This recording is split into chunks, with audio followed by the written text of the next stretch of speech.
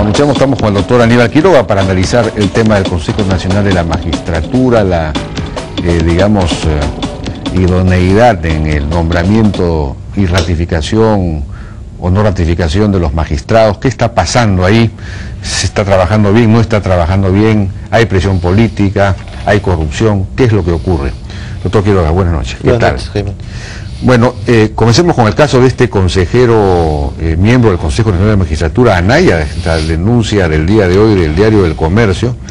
En realidad quien denuncia aparentemente ante el propio Consejo es un fiscal de apellido Gálvez, que está postulando a la Fiscalía Suprema, y en buena cuenta, pues claro, de acuerdo a esa denuncia, el propio fiscal buscó una reunión con este señor, con el consejero Anaya, y en esa reunión, en un automóvil, en un vehículo, digamos, de una manera casi, no sé, mafiosa, digamos, se mete en un vehículo para hablar en secreto, ¿no? El fiscal le pregunta acerca de sus posibilidades y el consejero le responde: acá se elige a los magistrados por su poder político o por su poder económico. ¿Cuál de los poderes tiene?, le pregunta, y entonces ahí es que el fiscal le dice que él no tiene ninguno de los dos poderes y aparentemente se va espantado, pero de todos modos es un poco extraño, porque si él estaba buscando una cooperación privada, en fin. Me acaban de informar que el consejero Anaya ha sido suspendido ya del Consejo Nacional de la Magistratura, acaba de ser suspendido, ¿no? ¿Qué está pasando en el Consejo Nacional de la Magistratura? ¿Qué, ¿Es normal esto? ¿Qué se dice? ¿Hay corrupción en el nombramiento de los jueces, etcétera? Bueno, lo primero que habría que recordar es cuál es el antecedente, ¿no? En el Perú hasta el año 93 o 92, los jueces eran elegidos por el presidente de la República. El Ministerio de Justicia hacía unas ternas, le daba unas ternas sobre la base de lo que hacían los consejos de la magistratura, y el presidente designaba al estilo norteamericano, de Tim Marín, y eso tenía pues un tinte de politización. La historia de la República había sido así: pasamos de las decenas a las ternas y llegamos a ese sistema. Si algo bueno trae la actual Constitución, es que eso se lo quita al Ejecutivo y pone un jurado imparcial en el Consejo de la Magistratura. El problema está en la composición del Consejo de la Magistratura, que por hacer un jurado escabinado, donde no todos sean abogados ni todos representen a la cultura jurídica, hay gente que viene de otras especialidades y de otras facultades y que no entiende mucho. Por ejemplo, el caso de Anaya, él viene postulado por el Colegio de Enfermeros, y si bien ha estudiado Derecho después y también es abogado, en realidad su sitio está ahí ocupado por los otros colegios profesionales postulados por el Colegio de Enfermeros. Entonces la pregunta que uno se hace es si, más allá de las condiciones personales de la profesión que tenga, está en aptitud de escoger magistrados de la Corte Suprema. El problema que yo veo es que en algunos casos, algunos consejeros que toman examen para los magistrados a la Corte Suprema no hubiesen podido pasar ese examen jamás hubiesen podido llegar a la Corte Suprema. Ha habido casos de magistrados de segunda instancia que han llegado al Consejo pero nunca a la Corte Suprema. Entonces hemos puesto el sistema un poco al revés, ¿no? Pero ¿cómo se podría hacer entonces? ¿Cómo? Bueno, hay que escoger un Consejo de la Magistratura que tenga un nivel igual o superior a aquellos que van a elegir. Es un principio básico, es decir, si yo soy profesor, ¿Cómo se podría escoger a esos miembros? Si yo soy profesor, evalúo a los alumnos, pero no va a ser pues los auxiliares los que escojan a los profesores. Pues habría que cambiar la composición, habría que decir las universidades, por ejemplo, que designen a unos doctores en Derecho, una cosa así. Claro, a gente de prestigio que esté más allá del bien y del mal, que pueda escoger a magistrados importantes. Ahora, es bueno también decirlo en contrapeso a esto, que las últimas elecciones del Consejo no han sido necesariamente malas. Es decir, las últimas elecciones del Consejo no necesariamente han sido malas. Hay promociones de magistrados que han sido bien elegidos. En algunos casos puntuales, como pasa en toda evaluación, han habido excesos. El caso de la magistrada Lizárraga, que la hacen puré en la entrevista, entonces tienen la nota más alta en el currículum, la nota más alta en el examen académico, que no ha pasado aparentemente a Belino, pero en la entrevista le ponen 0. Entonces la tumban y es imposible ser designado de esa manera. ¿A qué se debió?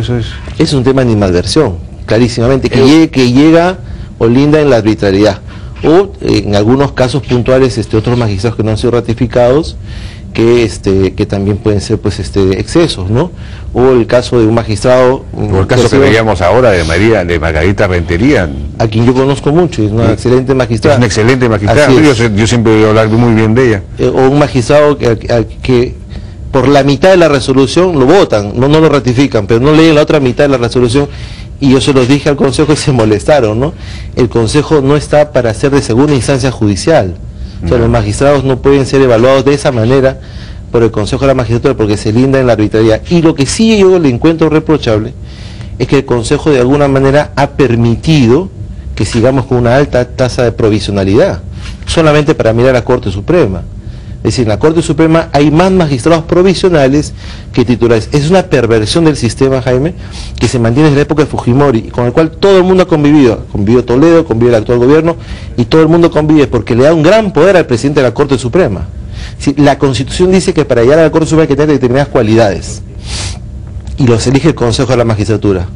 Pero como hay más vacantes de provisionales que titulares, el gran elector a la Corte Suprema es el presidente de la Corte Suprema. Bueno, pero eso no tiene que ver con el Consejo Nacional de la Magistratura. Sí, pues porque si no dotan las magistraturas titulares, entonces siempre vas a tener ese tipo de perversión. No, pero lo que pasa es que los titulares son solamente 18. Creo, son 18, pero ni siquiera... Y hay 45. Sí, exactamente, pero han habido épocas en las que los titulares eran solamente 12. Ni siquiera pero ya son 18, ya están todos los titulares nombrados. Ahorita no, ahorita hay 2 vacantes que hay en la Corte, pero se demoran pues en provisionarlos, ¿no? Entonces, y además ese sistema perverso donde hay más provisionales que titulares, y donde el nombramiento contra la Constitución ya no depende del Consejo, sino depende del presidente de la Corte. Ahora, el Consejo, quizás por su propia composición, el tema que usted mencionaba, para estos exámenes de ascenso, en este caso vocales supremos o fiscales supremos, han designado a una comisión evaluadora integrada por juristas, se supone, de primer nivel. ¿No es cierto? Que los reemplazan a ellos en buena cuenta, dado que ellos no son, precisamente, no tienen ese nivel, lo cual es más o menos lógico. Eso es legítimo, eso pasa en todos los sitios. La Universidad Católica, que se prestigia mucho por su examen de ingreso, donde jamás ha habido ninguna mácula respecto a eso, también encarga a profesores de hacer los exámenes y tiene una serie de seguridades y garantías para que eso ocurra. Eso pasa en todas las instituciones donde hay ese tipo de exámenes, ¿no? Ahora, se ha dicho que se trata de abogados litigantes y por lo tanto podrían tener intereses contrapuestos con las personas que van a ser evaluadas. No, yo ahí tengo una posición distinta, ¿no? O sea, yo creo que en el caso de Avelino hay una gran susceptibilidad y él está utilizando el caso de Fujimori en su beneficio personal. Si hubiese una animadversión contra Avelino, su esposa no hubiese sido nombrada por este Consejo hace 2 meses. Era mucho más útil ejercer la venganza contra un familiar que directamente contra él. Es la segunda vez que postula. No todo el mundo pasa pues un examen, ¿no?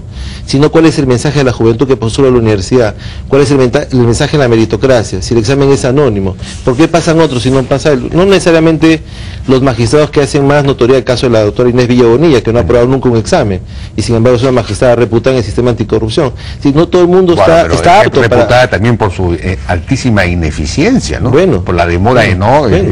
Entonces, la pregunta es si el caso de Fujimori va a servir de trampolín para que ascienda, ¿no? Entonces, claro, yo creo que ahí hay un exceso de susceptibilidad utilizando los medios de prensa, porque, digamos, no podemos perder de perspectiva que los ascensos se dan por meritocracia. Ese es el mensaje que damos a la comunidad. Ahora, el IDL acaba de sacar una publicación que se llama Sepa quién hizo y corrigió el examen de Guillén. Entonces ellos dan los nombres de los integrantes de esta comisión evaluadora. Dice que el Consejo de la Magistratura convocó esta vez al jurista Raúl Ferrero Costa para que él estuviera a cargo de preparar y corregir el examen que se tomarían los referidos postulantes. Ferrero Costa planteó que él se podría encargar de la materia constitucional y propuso a Leiser León en la parte civil y a Mario Amoretti a cargo de confeccionar y corregir en los asuntos penales. O sea que esos serían los 3. No conozco yo a Leiser León, pero Mario Amoretti sí es muy conocido, ¿no es cierto? Sí. Y agrega el IDL que,